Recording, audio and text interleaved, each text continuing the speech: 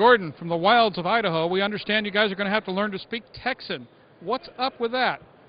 Well, as you know, Cobham owns a number of small avionics companies, and we're combining two small companies to make one bigger company.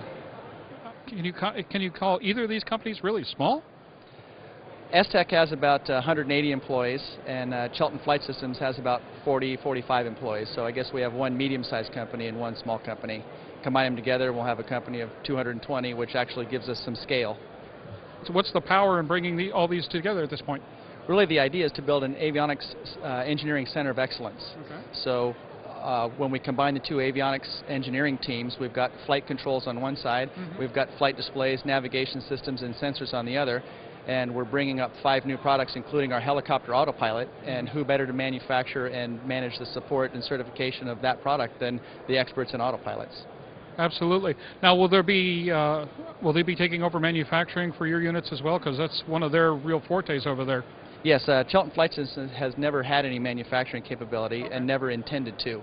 It was always set up as an engineering house and a sales and marketing organization. So we've always used our sister companies, Wolfsburg, NAT, Artex, and now S-TEC for our manufacturing.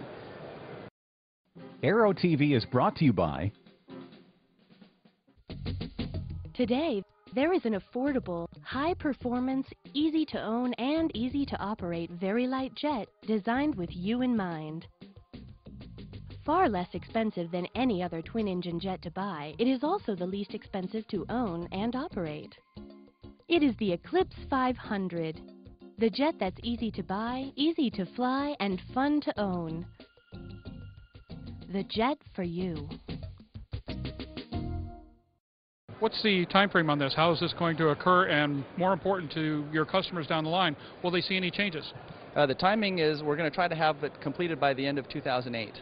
And as far as the changes, we hope to make it as transparent as we can to the customer. We're actually making both companies larger, and so we anticipate that we will be able to better serve our customers by having more people to apply to the various issues that come up. Now, do you still preserve the separate corporate structures, or will those eventually merge? They'll eventually merge. What will that be called? Cobham Avionics. Okay. What do you expect to see in the long term? What are the benefits that such a merger is going to present, not just to you, but obviously to the industry?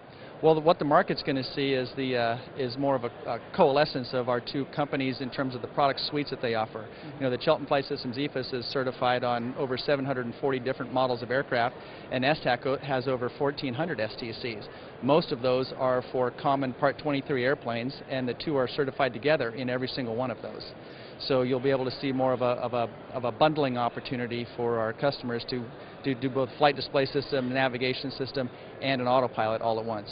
You have an amazing system. There's no question that they pioneered a lot of technologies that people are just beginning to come out with and say, hey, guess what? We've got this new, and you guys have had it for a while, but you haven't quite had the OEM penetration. Will the merging with S-TEC give you that much more added thrust in getting into that market? Our OEM focus at this point is with helicopters. The systems were designed to meet helicopter environmental standards from the beginning as part of the Capstone program, and because they meet those standards, it sort of prices them out of the small Part 23 airplane market. So we haven't been that attractive to an OEM, and we've never certified large displays because, again, small displays are more appropriate to the helicopter instrument panels. Aero-TV is brought to you by... Cirrus aircraft have always been easy to fly. Now they're easier than ever to buy. A complete line of ownership programs gives you everything you need to purchase, trade, finance, lease, insure, and warranty your Cirrus. There's even an ownership program for non-pilots. The Cirrus Access Pilot can teach you how to fly, or fly the plane for you. Find out more at www.cirrusdesign.com. Cirrus, for the love of flying.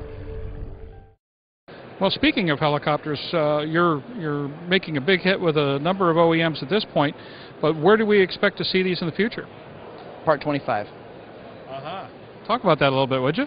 Well, I think most of the people that know us know that we've been working on Part 25 for quite some time. We've cleared a number of FAA hurdles, and our Part 25 launch customer has been flying his airplane now for about 18 months, and we're heading down the home stretch with our certification. A lot of the work that has gone into this has also been applied to the C-130 fleet that we're doing in South Africa. So we've got a very large Part 25 aircraft and a very small Part 25 aircraft with a citation, and between the two of them we're going to have a very compelling Part 25 offering. What's the process going to be like as far as penetrating that market? That's a tough market. That's a very esoteric group of people who have almost habitual about who they select, how they upgrade, and what they're doing with their airframes. That's going to be a tough nut to crack. We've actually had pretty good success with the citation market in the Part 23, the Part 23 citation. So obviously the first nut that we're going to try to crack in the Part 25 market is the citation market, just moving from the 501s and 551s that we currently have approval on into the 500s and the 550s. A couple of years from now, where do you expect both of these companies to be, and what will they be doing? I predict that Cobham Avionics will be the world's leading manufacturer of helicopter autopilots and helicopter EFIS. Thank you so much, Gordon. Appreciate it. Thanks, Jim.